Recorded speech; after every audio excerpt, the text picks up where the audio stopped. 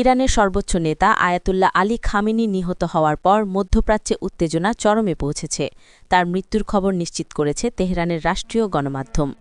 শনিবার থেকে যুক্তরাষ্ট্র ও ইসরায়েল যৌথভাবে ইরানে হামলা চালাচ্ছে। অন্যদিকে ইরানও ইসরায়েল এবং মধ্যপ্রাচ্যে থাকা বিভিন্ন মার্কিন ঘাঁটিতে পাল্টা হামলা চালিয়ে যাচ্ছে। ইসরায়েল বলেছে তারা এখন তেহরানের হৃৎপিণ্ডে অবস্থান করে গুরুত্বপূর্ণ টার্গেটে আঘাত হানছে। এদিকে মার্কিন প্রেসিডেন্ট ডোনাল্ড ট্রাম্প হুঁশিয়ারি দিয়ে বলেছেন, ইরান যদি আবারও হামলা চালায় তাহলে তাদের ওপর এমন শক্তি প্রয়োগ করা হবে যা আগে কখনো দেখা যায়নি। তিনি ইরানের জনগণের উদ্দেশ্যে বলেছেন, তোমাদের দেশ ফিরিয়ে নাও। রাশিয়ার প্রেসিডেন্ট পুতিন খামেনি হত্যার ঘটনাকে আন্তর্জাতিক আইনের নির্লজ্জ লঙ্ঘন বলে অভিহিত করেছেন।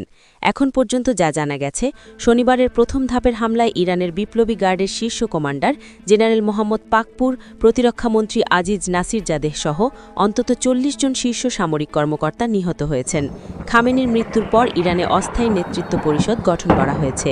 প্রেসিডেন্ট মাসুদ পেজেশকিয়ান, বিচার বিভাগের প্রধান এবং একজন সিনিয়র ধর্মীয় নেতাকে নিয়ে এই পরিষদ গঠিত হয়েছে। নতুন সর্বোচ্চ নেতা নির্বাচিত না হওয়া পর্যন্ত তারাই দেশ পরিচালনা করবেন। ইরানের দক্ষিণাঞ্চলে একটি বালিকা বিদ্যালয়ে হামলায় প্রায় ১৫০ মানুষ নিহত হয়েছে বলে দেশটির গণমাধ্যমে খবর বেরিয়েছে।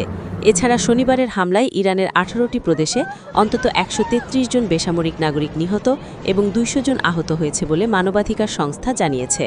পাল্টা হামলায় ইরান ইসরায়েলের দিকে ক্ষেপণাস্ত্র ও ড্রোন নিক্ষেপ করেছে। দুবাই, দোহা, বাহরাইন ও কুয়েতেও হামলার খবর পাওয়া গেছে। তেল আবিবে ইরানের হামলায় ৪০টি ভবন ক্ষতিগ্রস্ত হয়েছে এবং ৯ জন নিহত হয়েছে বলে জানা গেছে। কাতারে ৩ জন এবং কুয়েতে ১ জন নিহত হয়েছে। অন্যদিকে চলমান এই সংঘাতে যুক্তরাষ্ট্রের ৩ সেনা নিহত ও ৫ জন আহত হয়েছে বলে যুক্তরাষ্ট্রের প্রতিরক্ষা মন্ত্রী জানিয়েছেন। বাহরাইনে অবস্থিত ব্রিটিশ ঘাঁটির খুব কাছাকাছি ইরানি ড্রোন ও ক্ষেপণাস্ত্র আঘাত হেনেছে। এদিকে ইরান, ইসরায়েল, কাতার, কুয়েত সহ বেশ কয়েকটি দেশ তাদের আকাশসীমা বন্ধ করে দেওয়ায় লাখ লাখ যাত্রী বিমানবন্দরে আটকে পড়েছেন। আর হরমুজ প্রণালীতে জাহাজ চলাচল বন্ধের খবরে তেলের দাম বেড়ে যাওয়ার আশঙ্কা দেখা দিয়েছে। ইরানের পার্লামেন্ট স্পিকার ট্রাম্প ও নেতানিয়াহুকে সতর্ক করে বলেছেন তারা লাল রেখা অতিক্রম করেছেন এবং এর পরিণতি ভোগ করবেন। আর ট্রাম্প সামাজিক মাধ্যমে ইরানকে হুঁশিয়ারি দিয়ে বলেছেন, প্রতিশোধ নিলে অভূতপূর্ব শক্তি দিয়ে আঘাত করা হবে।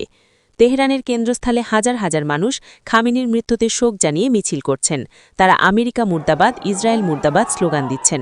তবে কিছু মানুষ আনন্দও প্রকাশ করছেন। ইরানের পক্ষে পাকিস্তান, ইরাক ও কাশ্মীরে বিক্ষোভ হয়েছে। করাচিতে মার্কিন কনসুলেটে হামলার চেষ্টায় ৯ জন নিহত হয়েছে, আর বাগদাদের মার্কিন দূতাবাস এলাকায় প্রবেশের চেষ্টা হয়েছে। ট্রাম্প দাবি করেছেন ইরান তাদের পরমাণু কর্মসূচি পুনর্গঠন করার চেষ্টা করায় এই হামলা চালানো হয়েছে। রাশিয়ার অনুরোধে এই ইস্যুতে সোমবার জাতিসংঘের পারমাণবিক সংস্থার জরুরি বৈঠক ডাকা হয়েছে।